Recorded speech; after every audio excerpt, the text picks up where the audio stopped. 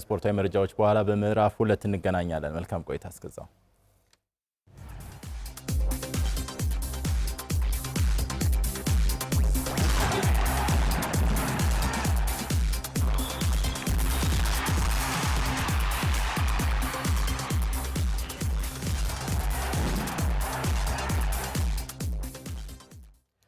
ሰላም እንደምን ዋላችሁ ተመልካቾች። ከቀን ስፖርት ዘገባዎች ጋር ግርማ ሞገስ ነኝ። አብራችሁን ቆዩ።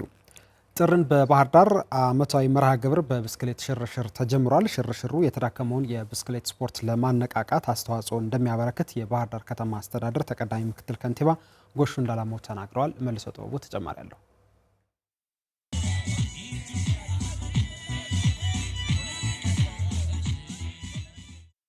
ዓመታዊ ጥርን በባህር ዳር የማስጀመሪያ መርሃ ግብር አካል የሆነው የብስክሌት ሽርሽር በባህር ዳር ከተማ ትናንት ተከናውኗል። ለአንድ ወር ያህል የሚዘልቀው ጥርን በባህር ዳር ልዩ ልዩ ስፖርታዊና ባህላዊ ሁነቶች የሚከናወኑበት ሲሆን የብስክሌት ሽርሽሩም የዚህ ፕሮግራም አካል ነው። የብስክሌት ባህላችን የመመለስ እና የብስክሌት አብዮቱን የማስጀመር ዓላማን መሰረት ያደረገ ነው። በሌላ መልኩ ደግሞ የሰራነውን የብስክሌት መንገድ ማህበረሰቡ እንዲጠቀምበት ለብስክሌት የተሰራው ለብስክሌት ነው፣ ለእግረኛ የተሰራው ለእግረኛ ነው፣ ለሌሎች ተሽከርካሪዎች የተሰራው ደግሞ ለተሽከርካሪዎች አገልግሎት የሚውልበትን ትምህርት የምንሰጥበት ፕሮግራምም ጭምር አድርገን ነው።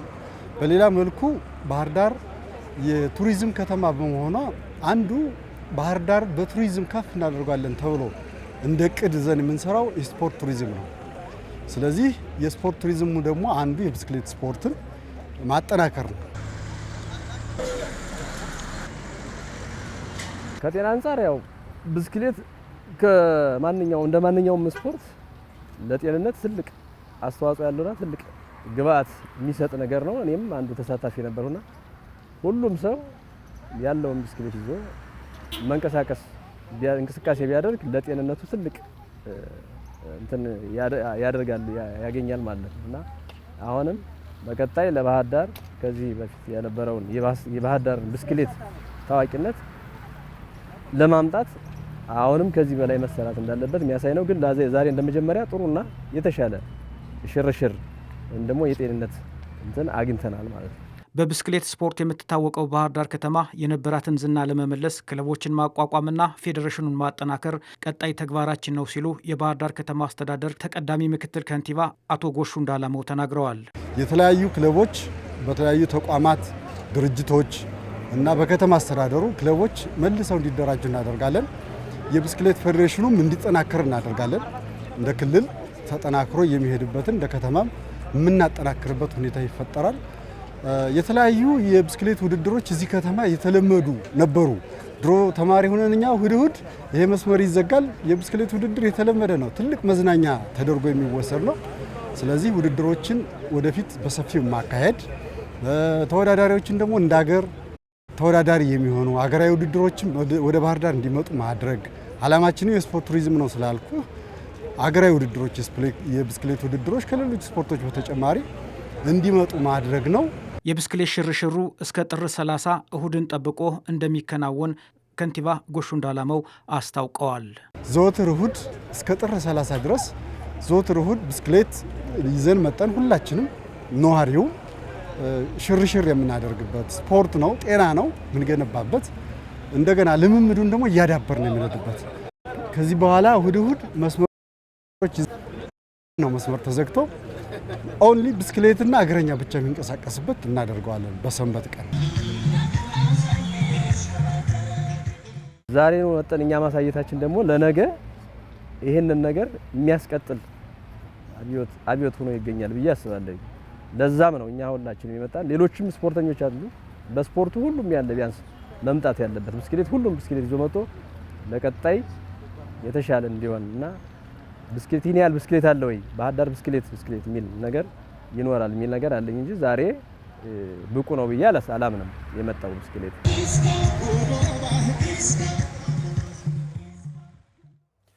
ታላቁ ሩጫ በኢትዮጵያ ከቱሪዝም ሚኒስቴር ጋር በመተባበር የስፖርት ቱሪዝምን ለማጠናከር የተዘጋጀ የሩጫ ውድድር በደብረ ብርሃን ከተማ ተካሂዷል። ከአንኮበር እስከ ሀረር በሚል መሪ ሀሳብ ሀገርን በሩጫ አማካኝነት የማስተዋወቅ ጅማሬውን በማጠናከር በአንድ በኩል ስፖርቱን ለማነቃቃት በሌላ በኩል ደግሞ የቱሪዝም ዘርፉን ውጤታማ የኢኮኖሚ ዋልታ ለማድረግ ተግባሩን አጠናክሮ ይቀጥላል ተብሏል። ደጀኔ በቀለ ተጨማሪ አለው። የቱሪዝም ሚኒስቴር ከታላቁ ሩጫ በኢትዮጵያ ጋር በመተባበር ታላቅ የሩጫ መርሃ ግብር ደብረ ብርሃን ከተማ አስተዳደር አካሂዷል። የሩጫ መርሃ ግብሩ ዋነኛ ዓላማ በሀገሪቱ ያሉ የቱሪዝም ሀብቶችን ማስተዋወቅ እንደዚሁም ደግሞ እነዚህን የቱሪዝም ሀብቶች ወደ ምጣኔ ሀብትነት መቀየር ነው።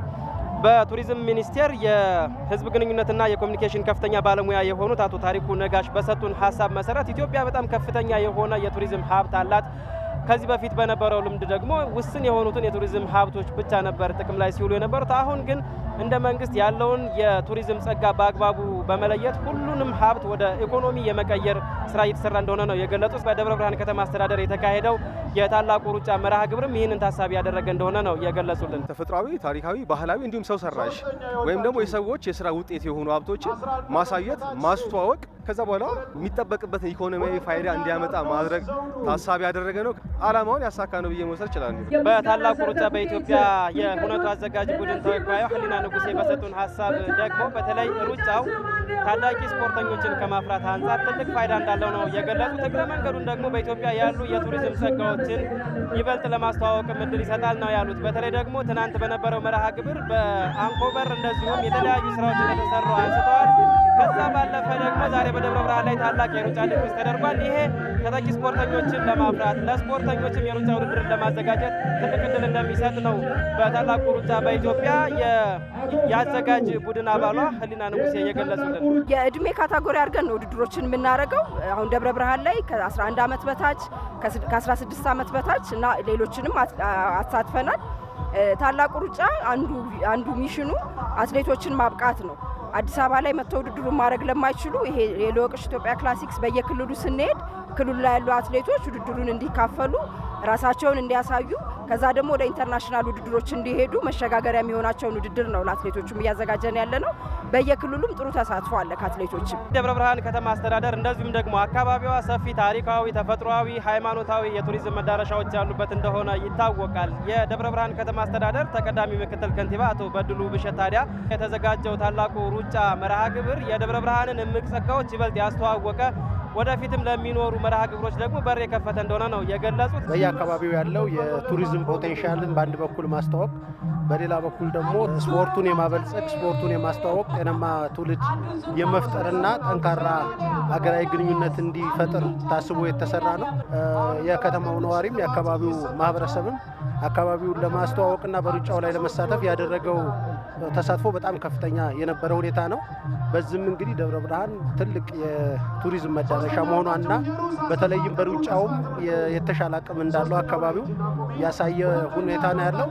ይሄ ልምድ በሚቀጥሉት ዓመታት ተጠናክሮ እንዲቀጥል ከአዘጋጅ ኮሚቴዎች ጋር እየተነጋገርን ነው ያለ ነው። በዚህ የሩጫ መርሃ ግብር ላይ ታዳጊዎች፣ አዋቂዎች፣ አትሌቶች ተሳትፈዋል። በ6 ኪሎ ሜትር በማራቶን እና በልዩ ልዩ ርቀቶች ነው በሁለቱም ጾታ ውድድሩ የተደረገው። የውድድሩ ተሳታፊ አትሌቶችም ውድድሩ በመዘጋጀቱ ደስተኛ እንደሆኑ ነው የገለጹት። ይህ አይነት ውድድር መዘጋጀቱ አንደኛ ራሳቸውን ይበልጥ እንዲያሳዩ የውድድር እድል እንዲያገኙና ለወደፊት ደግሞ ተፎካካሪ እንዲሆኑ እድል እንደሚፈጥርላቸው ነው የገለጹልን።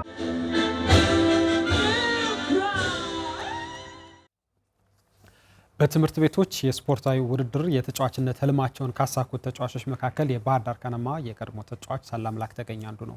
ይሁን እንጂ ውድድሩ አሁን በመቋረጡ መድረኩን የሚጠቀሙ ታዳጊዎችን ማግኘት አልተቻለም። ተዘዋውረን በጎበኘናቸው ትምህርት ቤቶችም ተማሪዎችና መምህራን ውድድሩ አለመኖሩ ተጽዕኖ ማሳደሩን አልሸሸጉም። ውድድሩ ዘንድሮ ለመጀመር እንቅስቃሴዎች እየተደረጉ መሆኑን ደግሞ የአማራ ክልል ትምህርት ቢሮ ገልጿል። ሀና ማርያም መስፍን ተጨማሪ አላት። 2005 አዲስ አበባ ላይ በተደረገው የትምህርት ቤቶች ውድድር መካፈል መቻሉ የተጫዋችነት ህልሙን እንዲያሳካ ትልቁን በር የከፈተለት ነው። የቀድሞው የባህር ዳር ከተማ ተጫዋች ሰላምላክ ተገኝ ወይም አማራው እኔ የትምህርት ቤት ውድድር የተሳተፍኩት 2005 ነበረ። ባህር ዳር አካዳሚ ነበር ወክዬ የተሳተፍኩት። ከዛ ለባህር ዳር ተመረጥን። ለባህር ዳር ምርጥ ደግሞ ያው ወክለን ስንጫወት ያው ለአማራ ክልል ተመረጥኩኝ። አዲስ አበባ ነበር ውድድሩ የተካሄደው። ያው ሶስተኛ ወጣን። ከዛ በኋላ ነው እንግዲህ ቡና የተመረጥኩት። ታዲያ ሰላምላክን የመሰሉ ተጫዋቾች የተገኙበት የትምህርት ቤቶች ውድድር አሁን ላይ ከተቋረጠ ዓመታት ተቆጥሯል። ምልከታ ባደረግንባቸው 2 ትምህርት ቤቶች ያገኘናቸው ተማሪዎችና መምህራንም ይሄ መሆኑ በተለይም ለስፖርቱ ፍቅር ያላቸውን የሚሆን ተሳታፊዎችን ቅር ማሰኘቱን አልሸሸጉም።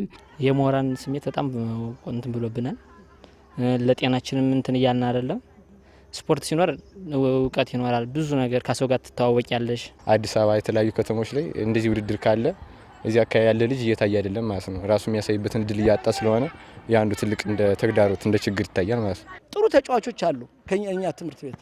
እዚህ ትምህርት ቤት የተሻለ ደረጃ በክለቦች ታግዘው ታቅፈው ሊሰሩ የሚችሉ ማጣት ለነሱም ለሀገርም ጥሩ ያልሆነ ደረጃ ነው። ስለዚህ ሁሉም ስሜቱ ተጎድቷል። በዚህ ላይ በወቅታዊ ምክንያትም ይሁን ተጨማሪ ሁነቶች ውድድሩ ሲቋረጥ ለመመለስ ጥረቶች እየተደረጉ ይገኛሉ። ልምዱን ያጋራን ሰላምላክ ተገኘም በውድድሩ መመለስ ዙሪያ ተከታዩን አስተያየት ሰጥቶናል። እንደዚህ እድሎች በሰፉ ቁጥር የዩኒቨርሲቲ ውድድሮች፣ የትምህርት ቤት ውድድሮች ተጫዋች የመውጣት እድሉ ሰፊ ነው የሚሆነው እና አለመካሄዱ በዚህ 3 ዓመት ውስጥ ብዙ ተጫዋቾችን የማግኘት ነገር ይቀራል ማለት ነው። ቢኖር ደግሞ የተሻለ ተጫዋቾች አብሶም ከክለብም አልፎ አገርን ወክሎ የሚጫወቱ ልጆች ብቅ ይላሉ ብዬ አስባለሁ። የተተኪዎች መገኛ መሆናቸው ትምህርት ቤቶች የማይካድ ሀቅ ነው። ይህንን ነው አሁን ላይ ያሳጣናቸው። ከተማ መንግስት አካላት በደንብ ቢደግፉ፣ ሜዳዎችን ቢያዘጋጁ፣ የውድድር ሰዓታትን ቢያዘጋጁ፣ ተማሪዎች በደንብ ፓርቲሲፔት አድርገው ተዘጋጅተው ወደ ውድድር ራሳቸውን አዘጋጅተው ይገባሉ፣ ራሳቸውን ያሳያሉ። ከጉድኝት ማካሄድ፣ ከዛ ደግሞ ከተማ አስተዳደሩ የራሱን ውድድር ማዘጋጀት ከጉድኝት የዘለለ ማለት ነው። እንደዛ ብናደርግ የተሻለ ነው የሚሆን ይመስለኛል። ውድድሩን መልሶ ለማምጣት እቅድ እንደተያዘም ከክልሉ ትምህርት ቢሮ በኩል ለማወቅ ችለናል። የሰላሙ ሁኔታ እየተሻሻለ ከመጣ በአገር አቀፍ ደረጃ ውድድር ለመካሄድ እንዳለበት የቼክሊስት አካል ሆኖ ወርዷል።